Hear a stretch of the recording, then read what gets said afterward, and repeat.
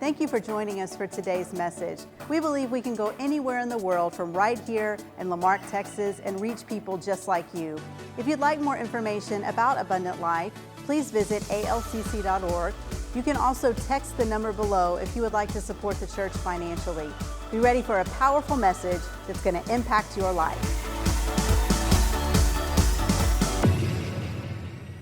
Luke 19 this evening. It's kind of an interesting take maybe on an end of the year message, but I think that this is going to make sense to somebody, because at the end of the year, oftentimes I'll make lists. I'm a list maker. I like to write down things. I write down goals. I write down, hopes. I write down plans. I like to write down the things that I'm most thankful for the last year, all the things that that were good in my life, all the things that I need to work on, all the things I'm hoping to do. And so every year I write down things that I'm thankful for. And in this story, I wonder if we can kind of take something out of this. So let's look at this real quick. Luke 19. It says, "And Jesus entered into Jericho, and he was passing through, and there was a man there by the name of Zacchaeus, and he was a chief tax collector, and he was wealthy." Before we go any further, let me just real quick explain what a tax collector in these days, what this was all about. The tax collectors were employees of Rome. So they were Jewish people, Israelites, but they were employed by the conquering nation. And what they would do is Rome would tell them, hey, listen, you have to get taxes of, let's say, $10,000, whatever, just so it makes it easy. So what the tax collector would do is he would go and start gathering from everybody, and he would collect $20,000. Because he would pay his $10,000 to Rome, and the extra was his to keep. So he was robbing from his own people to pay the conquerors, but then he was also keeping the rest for himself. That's what a tax collector would do. So imagine how hated this man was. Imagine as he would walk by, people would talk about him and spit at him and be miserable towards him. And Zacchaeus was not just a tax collector, he was a chief. He was the boss. He was the best of the best, and he was wealthy. And so he wanted to see who Jesus was. But because he was so short, he could not see over the crowd. So he ran ahead and climbed a sycamore fig tree to see him. And since Jesus was coming that way, he knew he would come. And when Jesus reached the spot, he looked up and he said, "Zacchaeus, come down immediately. I must stay at your house today." So when he came down at once and welcomed him gladly. And all the people looked around and they were like, "Yo, Jesus, what are you talking about? This man is a sinner and you're going to go to his house?" And Jesus looks at him and he says, or Zacchaeus says, "Look, man," he says, "I give half of my possessions to the poor."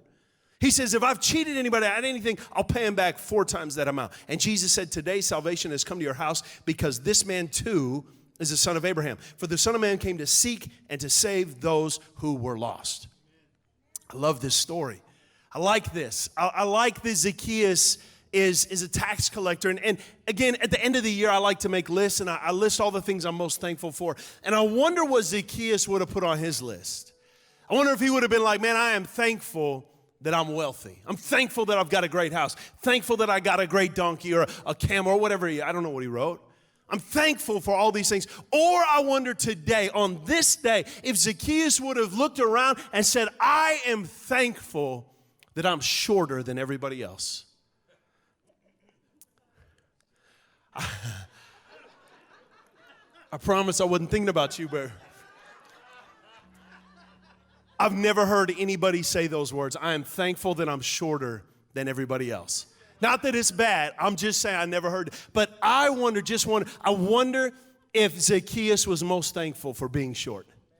Why would he be thankful? He was short, obviously, and a lot of people think that his lack of height was maybe a curse in his life, because he couldn't see over the crowd. He couldn't see Jesus coming because he was smaller than everybody else. But I say, thank God Zacchaeus was short.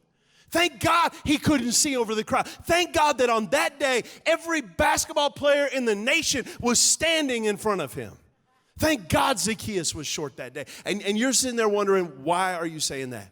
Because I'm thinking, imagine if he was as tall as everybody else. He would have blended in the crowd with the rest of the people. He would have just been another person standing amongst others in a crowd looking at Jesus. His greatest Disadvantage was the very thing that caused him to think out of the box. What if in this new year, what if God was going to take the one thing that you think is what's holding you back, and God is going to use that to propel you into something good, to propel you into a good year. And you've been calling it a curse all year long. You've been saying, man, this has been holding me back. But what if God was saying to you, no, it's not holding you back. But watch, it's a bow and arrow. I don't know if you've ever shot a bow and arrow, and I was going to bring one and shoot it into the balloons, but I figured I'd get in trouble if I did that. But imagine, watch, if you've ever shot a bow and arrow, you know that the only way that arrow goes forward is for you to pull it back. And it's hard to pull it back. It takes patience to pull it back. It takes strength to pull it back. But the harder you pull, the farther it'll go. And I'm here to tell you, maybe what's been pulling you back this last year, God is saying it's not there to destroy you. What if your biggest disadvantage is what God is going to use to get you your greatest miracle? It was because Zacchaeus was short that he climbed the tree. It was because he was so small that he climbed the tree. He was willing to go to the extreme to get in front of the Savior. He was desperate to meet Jesus. And it was his desperation that set him free. When you get desperate for something, when you want something more than anything else, you will do whatever it takes to get it. I was talking the other night about my kids, and my kids go crazy. We give them Gatorade. I know we probably shouldn't, but we do. And my kids love blue Gatorade. I was in my office highlighting some notes, and Pastor Cindy walked in. She said, hey, did you guys bring any Gatorade? I was like, I don't think we did. She was like, man, the kids need it. I was like, I think they got some in Jack's. We can get it. Like, they go crazy for Gatorade. They want juice, and they're desperate for juice. That's the first thing they ask for in the morning when they wake up. My little boy at 2 in the morning last night woke up. He's like, Dad, I need some juice. I was like, no, you don't. You need to go back to sleep. That's what you need to do. Like, you don't need juice. But watch, they're desperate for it. And watch, when you get desperate for the things that you really want, you'll do whatever it takes to get it. You're desperate to have change in your life. You're desperate to get out of debt. If you're desperate enough, it'll happen. Because you'll do whatever it takes to get it. And that's where Zacchaeus was. He said, I am sick and tired of being sick and tired. I'm tired of living a normal, nominal life. I want something different. And so he got into a tree so that he could have an experience with Jesus. I love that Zacchaeus was not interested in just seeing Jesus. There were other people that day that they were cool just seeing Jesus walk by. They're like, wow, I saw him. How cool. Jesus, look at him go. He's got a beard, wow. There's people like that, and they were content to just see Jesus. And watch, there are people today that are content to sit back and just see Jesus. Content to watch others talk about Jesus. Content to watch other people sing about Jesus. Content to have the preacher preach about Jesus. And they're cool just sitting back and watching the show. But then there are people on New Year's Eve night that show up to church at 10 o'clock so that they can have, watch, not just see Jesus, but they can have an experience with Jesus. You weren't just content to hear about God. You're not content to just say, well, I heard it's pretty cool. You want to have an experience with the living God. You want to say, man, I don't want to leave this year without God doing something great in my life. I'm ready for a change. Zacchaeus wasn't interested in Jesus or into just seeing Jesus. He said, I'm not interested in just seeing him. Watch this. Zacchaeus wanted Jesus to see him. He said, what do I have to do?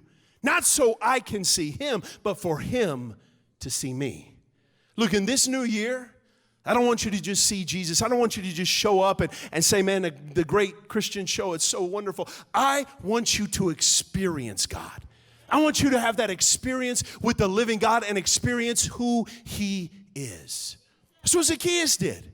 Zacchaeus ran ahead. He got ahead of the crowd because he said, man, I have an opportunity to have something change. He knew that when Jesus got to him, something was going to happen. So he prepared for it. He went ahead. He got ahead of everybody else and found a place. He prepared for his meeting with the living God. He ran ahead. He was waiting on Jesus. I never want to get in a place in my life where God is waiting on me. I would much rather get to a place where I'm doing everything I can to get to where I'm supposed to be so that when it's my time, me and God meet up at the same time. I don't want to just sit back and say, God, I'll let you figure it out when you figure it out. It's never going to work if you do it like that. You'll just be another voice in the crowd. But if you can get ahead and say, God, I will prepare for your preparation. I will get ready when you are ready so that I know something can happen. Don't just stay put and wait on God. Obviously, you wouldn't. If you're here on New Year's Eve night, you're not just staying put, content to wait on God. You're saying, God, I'm going to go and get it. As much as Jesus came to Zacchaeus, Zacchaeus came to Jesus. Zacchaeus did everything in his power to get in front of God. It was his act of faith. Climbing a tree was his act of faith to get God's attention. What are you going to do this year to get God's attention? What are you going to do in your marriage to get God's attention? What are you going to do in your finances to get God's attention? What are you going to do in your spiritual life to get God's attention and have him focus in on what you're doing? Because when you act in faith, when you cry out in faith, all of heaven stands at attention. All of heaven focuses in on you. Bible says a man climbed a tree and Jesus stops in his tracks.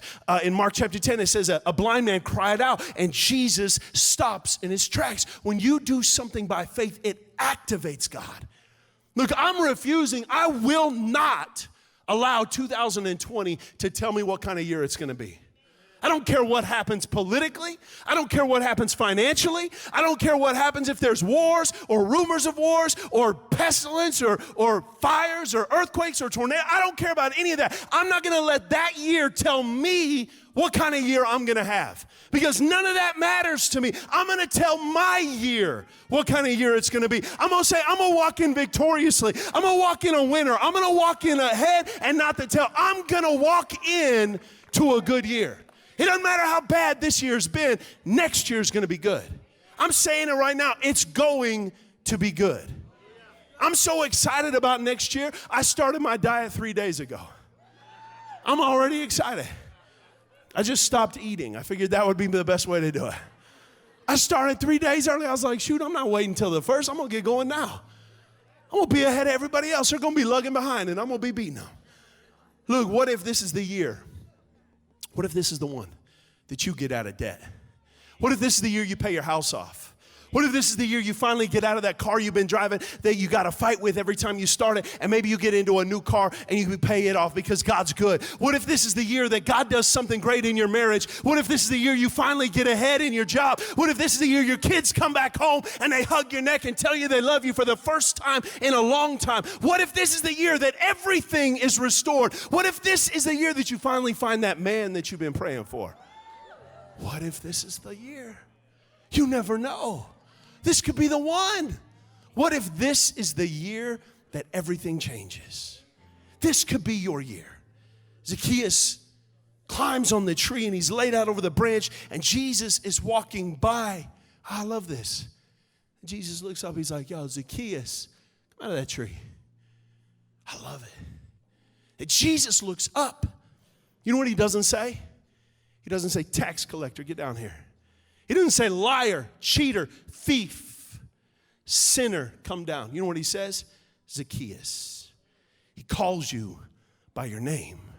I love that we have a God who is so good that he knows every wrong that you've ever done, every sin you've ever committed, yet he does not call you a sinner. He calls you a child. He calls you by your name. He calls you saved. He calls you righteous. He is a God who does not call you by your past mistakes or your failures or your mess ups. He calls you by your name because God knows your name. He's so big that he knows everything, but he's so small that he cares about it.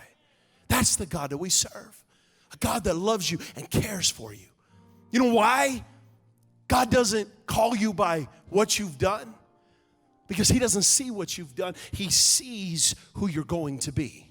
He sees the potential living on the inside of you, even when you don't recognize it, even when you don't see it, even when it's hidden to your eyes. God sees the greatness living inside of you. He called Gideon, who was a nothing. Gideon was a nobody, and God called him and he said, Gideon, you are a mighty man of war. And Gideon was like, no, I'm not.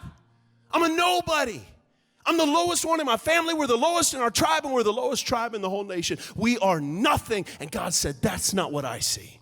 Look, you've got to start agreeing with what God says about you. When God tells you you're righteous, agree with him. When God says you've got potential, agree with him. When God says you're blessed, agree with him. When God says your marriage is restored, agree with him. Stop fighting with what God says and start believing it for yourself. In this new year, I believe God is going to speak to you about your potential, about the greatness that's been locked up inside of you. Maybe the enemy tried to lock you up in 19. Maybe he's tried to hold you back and pull you away. But I'm telling you, all he's doing is priming you for release. All he's doing is setting you up for a year that is going to be great. Man, I can imagine Zacchaeus, what he was thinking as he was scrambling up that tree. I can imagine that the people around were laughing at him. I'm sure he was embarrassed because they were like, man, look at Shorty over there trying to climb the tree. You know how Zacchaeus probably was. He's like, man, I got all the money, but I'm not as tall. So I can't get to Jesus. I can't see him like you see him. And so he was climbing the tree, and they probably laughed at him. He's probably embarrassed. He was probably scratched up by the limbs, probably hurting a little bit. There was a process that he had to go through in order to get to Jesus. I believe in this end of this year, in the last night of the year, I believe that you are, we'll say it like this, you are pregnant with blessing. You are pregnant with promise. All the guys are like, no, I'm not. My wife better not be. Like, you are pregnant with promise. And look, I don't know if you've ever been pregnant or you ever known a pregnant person, but the last couple of weeks of pregnancy are rough. It's tough. I mean, I don't know for sure, but I mean, from what I heard, the last couple of weeks of a twin pregnancy were less than ideal. She was like, these babies got to come out of me. I'm going to go crazy. She said, I can't sleep. I can't eat. I'm hurting all the time. My legs are sore. My stomach hurts. I'm angry. Nothing is right. Everything is wrong. She was so ready to just have these babies born. Look, at the end of this year, I believe in this year you are pregnant right now. You are pregnant with the promise that God has for your life. You are pregnant with the blessing that's about to show up in 2020. You are pregnant with potential living on the inside of you. And watch this, the end of the pregnancy hits the hardest. The beginning is exciting because you don't feel it yet, but it's the end that's the hardest. But watch this, the end is really the beginning. You say, where are you going with this? I'm telling you right now, if you've had a rough 2019, if this has felt like a year that's just been beating you down and hurting you and pulling you back, and you feel like, man, I don't know if I can go any farther. You feel like I'm at the end of me. My marriage is at the end. My money's at the end. My kids are at the end. I don't know what to do. I got a word for you before you end this year. The end is the beginning. Because watch, as much pain as my wife was in, the second those babies came out, she didn't remember the pain anymore. She didn't remember the struggle anymore. She said, because when the promise showed up, I forgot how hard the process was. And that's a word for somebody tonight. You ought to get excited about that, because watch, you've been going through the process, but God is about to deliver the promise. He's about to drop something in you. And when the promise shows up, you'll look back and say, what struggle? What pain was I in? I don't even remember it. It seemed like it was nothing. Why? Because the promise is worth the process. The promise is worth the process. When Zacchaeus got to that limb and Jesus walked underneath him, he didn't care that he was scratched up. He didn't care that he was embarrassed. He didn't care that he was hurting, because he got an answer from the Savior. Look, in your new year in 2020, I believe that God is going to do something great in your world. I believe that God is about to show up in your family like you've never seen him, show up in your money like you've never seen him, show up in your mind like you've never experienced before, show up in your body like you've never had it before. You're going to lose the weight fast. You're going to walk every day. You're going to feel good. Your joints aren't going to hurt. Your blood's going to get right. Your sugar's going to come down. I believe God is about to work in your world. And it may have been a tough year, but the process is worth it when you hold on to the promise. The process is worth it. The story is worth the struggle, and the testimony is worth the trial. Listen, Jesus, on his last night with his disciples, they were eating together. Jesus looked at him and he said, man, it's about to get rough. He said, it's going to be hard. He said, I'm about to leave you. He said, I'm going to go away. They're going to kill me. Peter said, nah, there's no way. Jesus, we'd never leave you. We're going to stay with you forever. And Jesus said, no. He said, there's going to be a process that I go through. He said, but I'm going to send you an answer. He said, but I'm going to send you a promise. And he said, it may hurt for a moment when I leave, but when I come back, everything's going to change. To learn more, visit walterhallam.net. Here you'll find a list of resources to help you with your daily walk in Christ.